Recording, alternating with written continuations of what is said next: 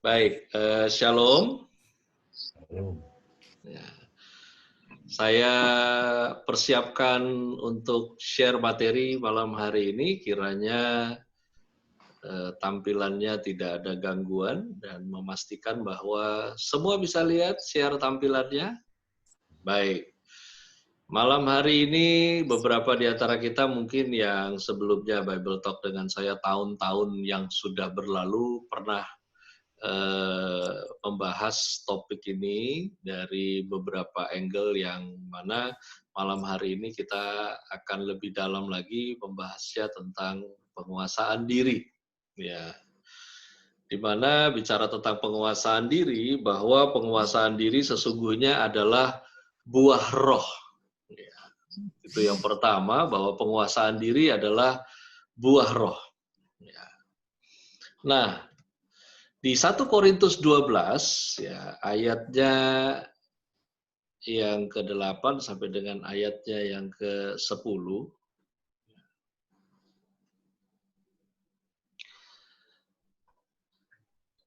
Sebab kepada yang seorang roh memberikan karunia untuk berkata-kata dengan hikmat, dan kepada yang lain roh yang sama memberi karunia berkata-kata dengan pengetahuan. Kepada yang seorang ya, roh yang sama memberikan iman, dan kepada yang lain ia memberikan karunia untuk menyembuhkan.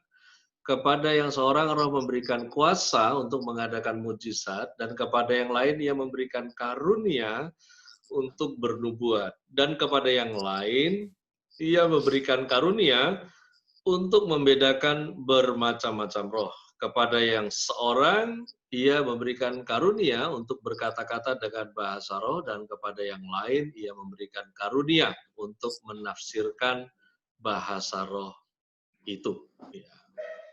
Baik, yang berikutnya ya, dari Galatia 5 ayat 22 sampai dengan ayatnya yang ke-20.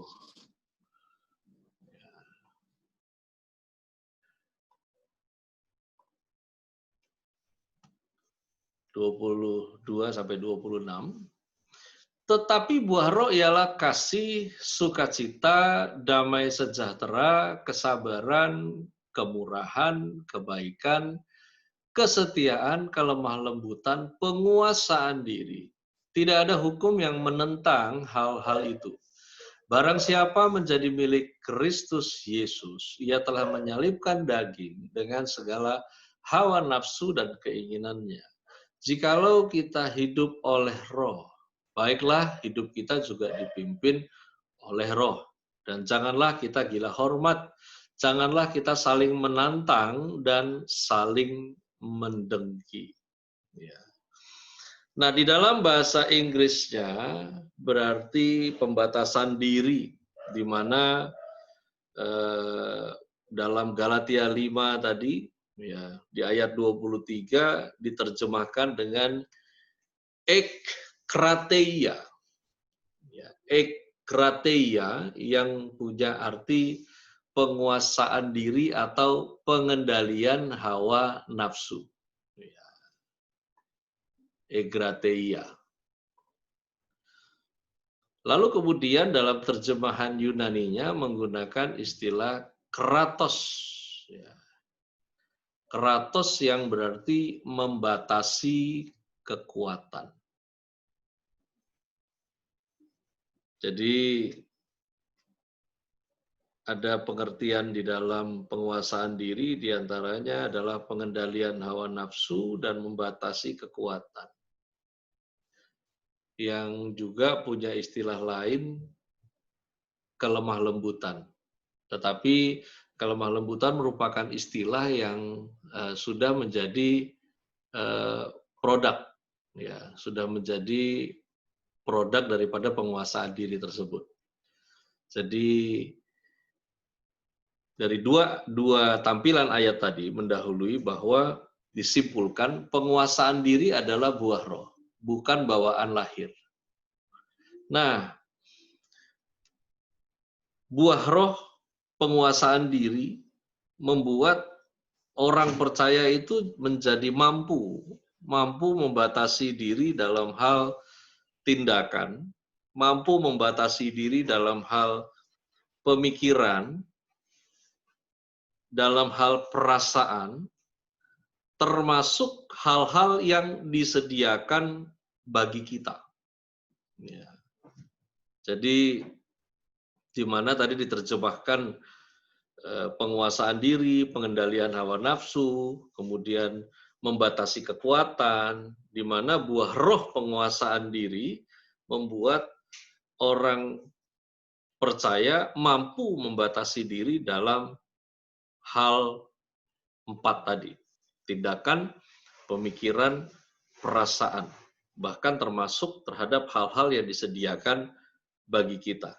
Nah, saya coba mundurkan dulu sedikit, di mana ketika bicara tentang penguasaan diri adalah buah roh, ya,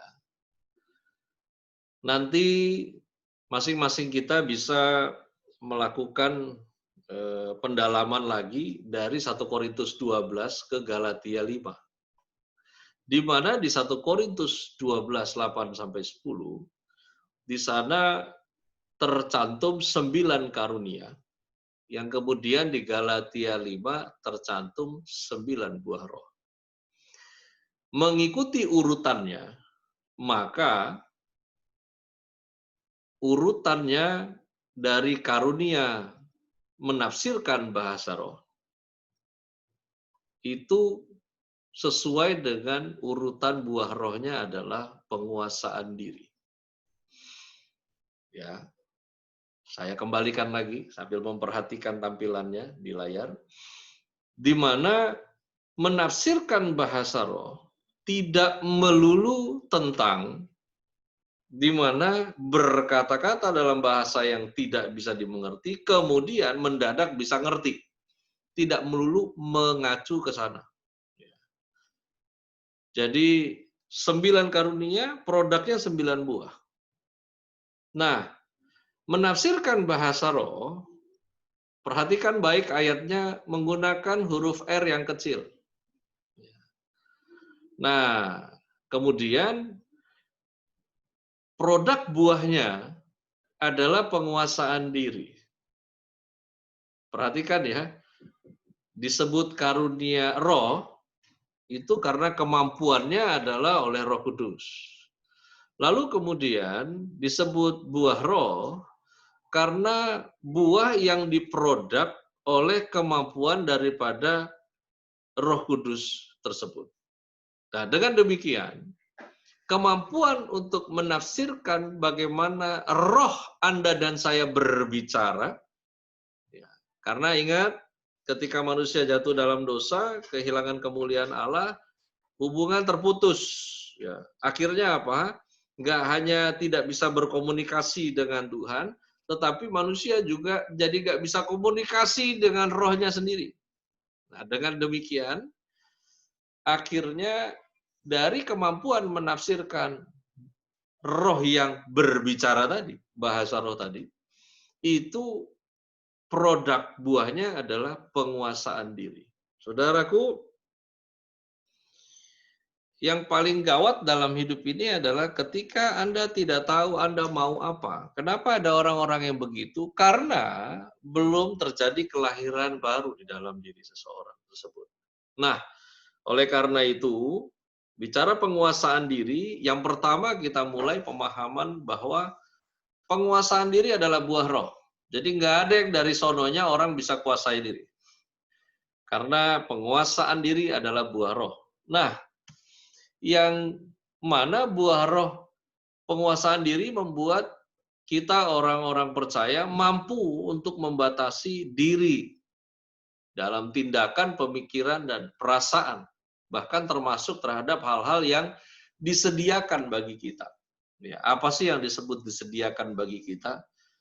Ya, ini masuk dalam kategori janji Allah, di mana orang-orang yang Roh Kudus bekerja, dia membuka dirinya menjadi orang-orang yang tidak mencari keuntungan dari Tuhan. Ya, dia orang-orang Yang buahnya penguasaan diri itu bukan orang-orang yang doyan klaim janjinya Tuhan, karena Tuhan nggak perlu diingatkan untuk menggenapi janjinya, karena Dia Allah yang setia. Nah, yang berikut yang kedua tentang penguasaan diri. Penguasaan diri itu sebagai penyempurnaan pertobatan. Karena aneh ketika seorang yang lahir baru, ya, yang seharusnya makin hari makin serupa seperti Kristus, tapi tidak pernah sampai ke sana karena faktor tidak adanya penguasaan diri. Nah, karena itu di 2 Petrus 1 ayat 4 sampai 8, ya, di mana dengan jalan itu tertulis, ya, Ia telah menganugerahkan kepada kita janji-janji yang berharga dan yang sangat besar, supaya olehnya kamu boleh mengambil bagian dalam kodrat ilahi dan luput dari hawa nafsu duniawi yang membinasakan dunia.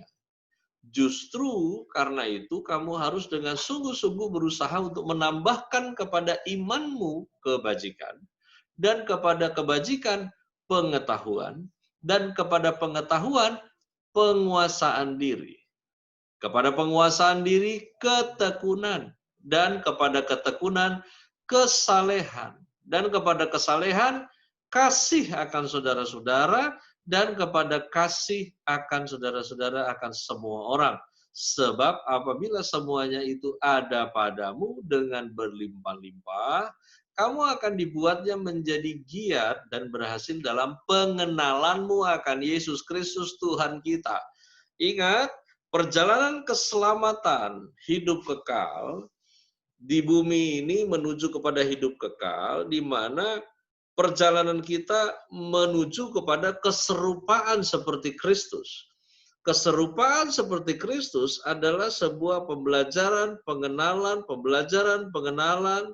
tentang pribadi Kristus itu sendiri. Nah, perjalanan ini akan terhambat tanpa penguasaan diri. Karena pengetahuan akan kebenaran tanpa penguasaan diri hanya bikin Anda sekedar menjadi tahu, bukan membuat Anda dan saya menjadi serupa.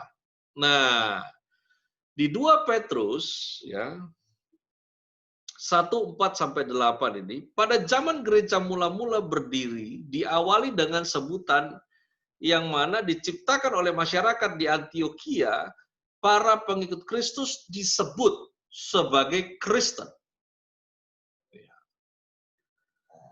Mereka yang disebut Kristen ini adalah komunitas yang disukai masyarakat karena pertobatan mereka membuahkan penguasaan diri.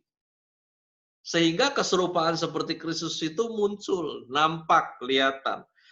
Yang mana akhirnya belakangan ini kekristenan menjadi tidak menarik lagi karena tidak adanya keseriusan dalam hal penguasaan diri dari para pemimpin yang kemudian diikuti oleh umat. Akhirnya menjadikan orang percaya tidak berbeda dengan mereka yang tidak mengenal Kristus. Nah, penguasaan diri itu menjadikan kita memiliki sesuatu yang lebih dari apa yang kelihatan. Nah, kelebihan itu bernama kualitas hidup. Mereka yang melakukan penguasaan diri itu telah menang sebelum membela diri. Nah, ayat yang berikutnya, di mana penguasaan diri sebagai penyempurnaan pertobatan, di Amsal 16 ayat 32, orang yang sabar melebihi seorang pahlawan. Orang yang menguasai dirinya melebihi orang yang merebut kota. Penguasaan diri membuat kita fokus terhadap hal-hal yang membesarkan kita. Mereka yang memfokuskan diri terhadap hal-hal yang membangun akan menjadi bijak karena menghabiskan waktu mereka untuk pikiran yang benar dan melakukan yang benar. Sehingga Amsal sana tertulis, orang yang sabar melebihi pahlawan, yang kuasai dirinya melebihi orang yang merebut kota. Mungkin kalau disederhanakan begini, orang yang menguasai dirinya mendapat menerima lebih banyak di luar ekspektasi orang-orang yang ngotot. Ya. Nah, tentunya ini jangan dikaitkan untuk melawan sesuatu yang berbentuk kerajinan dan ketekunan. Yang berikutnya, Amsal 12 ayat 16, bodohlah yang menyatakan sakit hatinya seketika itu juga, tetapi bijak yang mengabaikan cemooh. Ya. Nah, berikut ya, yang ketiga, melalui penguasaan diri, di mana penguasaan diri itu menempatkan Anda dan saya dalam waktu Tuhan. Mengapa demikian? Di Pengkhotbah 3 ayatnya yang kelima, ada waktu untuk membuang batu, ada waktu untuk mengumpulkan batu, ada waktu untuk memeluk, ada waktu untuk menahan diri dari memeluk. Orang percaya yang menguasai dirinya mampu berjalan dalam waktu Tuhan. Sebab penguasaan diri memampukan untuk menjadi tenang.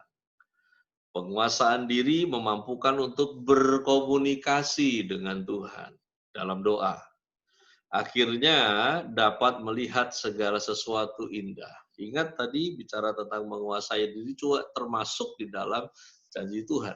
Karena itu, melalui penguasaan diri, Anda dan saya berada dalam waktunya. Karena mereka yang menguasai diri nggak melulu berdoa untuk meminta, namun juga berdoa untuk mendengarkan Tuhan mengarahkan. Nah, yang berikut dari Yesaya 56 ayatnya yang kedua, berbahagialah orang yang melakukannya dan anak manusia yang berpegang kepadanya, yang memelihara hari Sabat dan tidak menajiskannya, dan yang menahan diri dari setiap perbuatan jahat. Coba Tuhan, saudaraku, kebahagiaan hidup itu nggak hanya datang melalui pengetahuan akan kebenaran. Kebahagiaan hidup tidak hanya datang melalui pengetahuan akan janji-janji Tuhan. Yang menjaga semuanya itu adalah penguasaan diri. Untuk tetap melakukan yang benar saat situasinya tidak mendukung Anda dan saya untuk melakukan apa yang benar. Dan Tuhan mau Anda dan saya nggak sekedar hidup, tapi juga bisa berbahagia di dalam hidup ini. Nah, penguasaan diri membuat Anda dan saya berada di dalam waktu Tuhan. Yesaya 40, ayat 31, tetapi orang-orang yang menanti-nantikan Tuhan mendapat kekuatan baru. Mereka seumpama Raja Wali yang naik terbang dengan kekuatan sayapnya. Mereka berlari dan tidak menjadi lesu. Mereka berjalan dan tidak menjadi lelah. Penguasaan diri oleh Roh Kudus memberikan kekuatan sejati dalam kehidupan. Tidak hanya menjadi kuat, namun tetap kuat sampai janji-janji Tuhan digenapi dalam hidup kita. Apalah artinya Tuhan berjanji kalau Anda dan saya tidak sampai pada apa yang Tuhan sediakan. Penguasaan diri memampukan Anda dan saya untuk sampai di sana. Berada dalam waktu Tuhan, itu penting. Karena Anda dan saya nggak bisa berjalan mendahului Tuhan, dan tidak juga bisa berjalan ketinggalan dari iramanya Tuhan. Karena itu orang-orang yang menanti-nantikan Tuhan di dalam teks aslinya dengan istilah kafa yang punya arti terikat. Nah, orang-orang yang terikat dengan Tuhan, mereka berada dalam waktu Tuhan.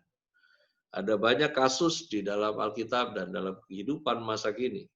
Mereka yang tidak terikat dengan Tuhan berada pada waktu yang salah.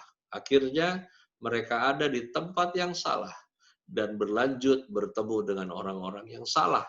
Sehingga apa yang mereka pikir benar untuk mereka lakukan, semuanya jadi serba salah. Nah, yang berikutnya yang keempat, penguasaan diri merupakan kriteria pelayan Tuhan. Penting. Yang ini buat saya banget, ya buat Anda dan saya yang hidupnya juga menyenangkan hatinya Tuhan juga harus perhatikan ini.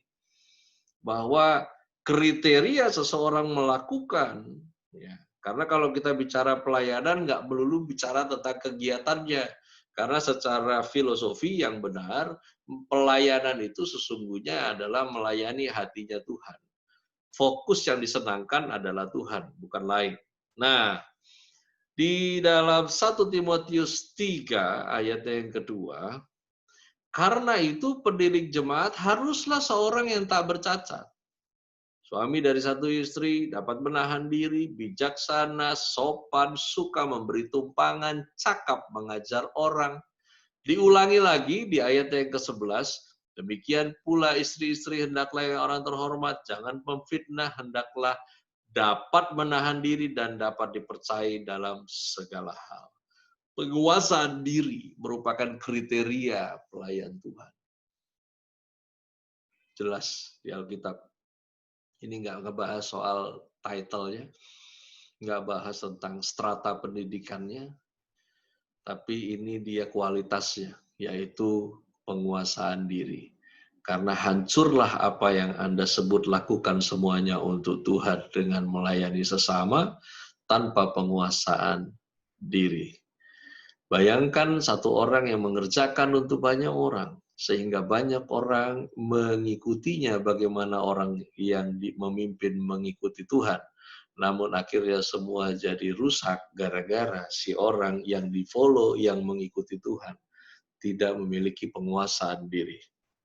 Ini yang kemudian akhirnya menjadi bahan cemooh, di mana orang akan menilai, orang akan menjadikan itu alasan. Saya tahu alasan itu tanggung jawab orang masing-masing, tapi sebisa mungkin jangan jadi batu sandungan.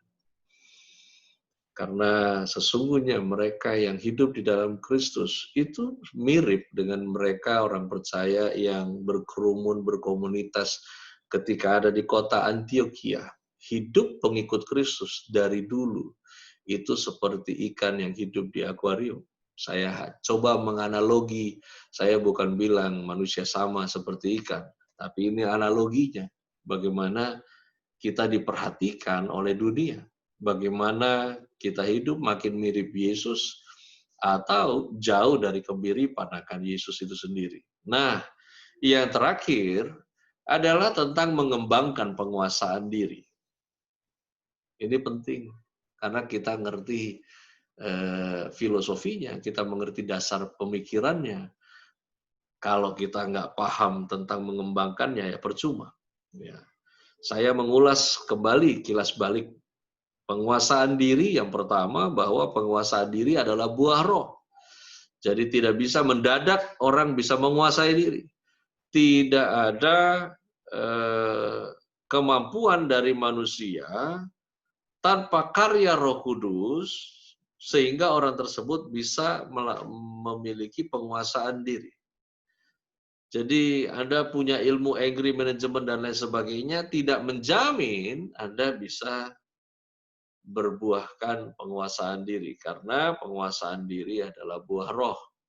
Itu artinya, karena Roh Kudus yang bekerja atas hidupmu, karena Anda yang memberi diri untuk dikuasai oleh Roh Kudus, maka karunia dari Roh Kudus itu bekerja melalui rohmu, sehingga rohmu itu memanifestasikan kerja Roh Kudus tersebut.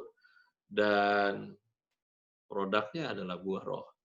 Yang kemudian penguasaan diri juga sebagai penyempurnaan pertobatan. Karena pertobatan demi pertobatan terus dihidupi sampai kita jadi serupa seperti Kristus. Mengikut Yesus, melakukan banyak hal, tanpa penguasaan diri, maka Anda dan saya akan jadi sandungan. Nah, yang ketiga, kembali saya kilas balik, melalui penguasaan diri, Anda dan saya berada di dalam waktu Tuhan. Dan akhirnya di mana kita yang mengerti tentang penguasaan diri, terus menjaganya karena kriteria orang-orang yang persembahkan hidup kepada Tuhan. Kita semua, saya nggak bicara jabatan tentang kependetaan dan sejenisnya. Tapi apapun yang kita kerjakan seperti untuk Tuhan. Yang mana tujuan dan alasannya adalah Tuhan disenangkan dan dimuliakan. Sesungguhnya kita pelayan Tuhan. Nah, hanya melakukan kegiatan-kegiatan tanpa penguasaan diri, maka cenderung akan menghancurkan dengan daya hancur yang lebih besar. Karena ingat, iblis menunggu waktu yang tepat. Ketika seseorang melayani, dibiarkan sampai akhirnya banyak dampaknya, dan setelah dampak itu banyak, tekanan akan datang. Ketika tekanan akan datang, maka mereka yang melayani tanpa penguasaan diri akan hancur, dan hancurnya orang tersebut akan berimbas pada orang-orang yang mengikutinya ketika dia mengikuti Tuhan. Nah, yang terakhir ini mengembangkan penguasaan diri. Ada beberapa hal tentang mengembangkan penguasaan diri. Tentunya ini adalah bagian kita yang kita harus lakukan. Di Mazmur 4 ayatnya yang kelima, biarlah kamu marah, tetapi jangan berbuat dosa. Berkata-katalah dalam hatimu di tempat tidurmu, tetapi tetaplah diam. Mengembangkan penguasaan diri. Yang pertama, hancurkan kemarahan sebelum kemarahan itu meledak. Karena Anda dan saya punya kuasa untuk hancurkan itu. Ya, hancurkan kemarahan sebelum kemarahan itu meledak. Lalu kemudian yang kedua, Efesus 4 ayatnya yang ke-26 sampai 27, apabila kamu menjadi marah, janganlah kamu berbuat dosa, janganlah matahari terbenam sebelum padam amarahmu, dan janganlah beri kesempatan kepada iblis. Bagaimana iblis mengambil kesempatan ketika Anda dan saya tidak membatasi waktu untuk marah. Mereka yang membangun, mengembangkan penguasaan diri, makin hari Anda dan saya makin delay untuk marah. Hati-hati menerjemahkan Efesus 4, ayat 26 sampai 27. Janganlah matahari terbenam. Oh puji Tuhan Pak, saya baru marah jam 9 malam, jadi masih panjang ini. Ya. Karena sudah keburu terbenam, baru marah. Batasi waktu untuk marah, atau iblis akan ambil kesempatan. Nah, yang berikutnya, 1 Korintus 15 ayat 33. Janganlah kamu sesat. Pergaulan yang buruk merusakkan kebiasaan yang baik. Hidup dalam komunitas yang membangun. Ya. Karena ini memberi pengaruh. Menyadarinya atau tidak, tapi Anda harus sadar sekarang bahwa hidup dalam komunitas yang membangun itu berguna. Nah, akhirnya mari pilih sahabat yang benar. Di Amsal 22 ayat 24 sampai 25, jangan berteman dengan orang yang lekas gusar. Jangan bergaul dengan seorang pemarah. Supaya engkau jangan menjadi biasa dengan tingkah lakunya dan memasang jerat bagi dirimu sendiri. Mengembangkan penguasaan diri. Pilih sahabat yang benar. Nah, yang berikutnya dari Yakobus 3 ayatnya yang kedua, sebab kita semua bersalah dalam banyak hal. Barang siapa tidak bersalah dalam perkataannya, ia adalah orang yang sempurna, yang dapat juga mengendalikan seluruh tubuhnya. Mulai penguasaan diri melalui perkataan. Karena dari situ Anda dan saya memulai penguasaan diri. Mari kembangkan penguasaan diri karena tanpa itu sia-sia. Nah, sampai di sini saya percaya masing-masing kita yang sudah terima ini menangkap dengan baik, dan Tuhan Yesus ya memberkati.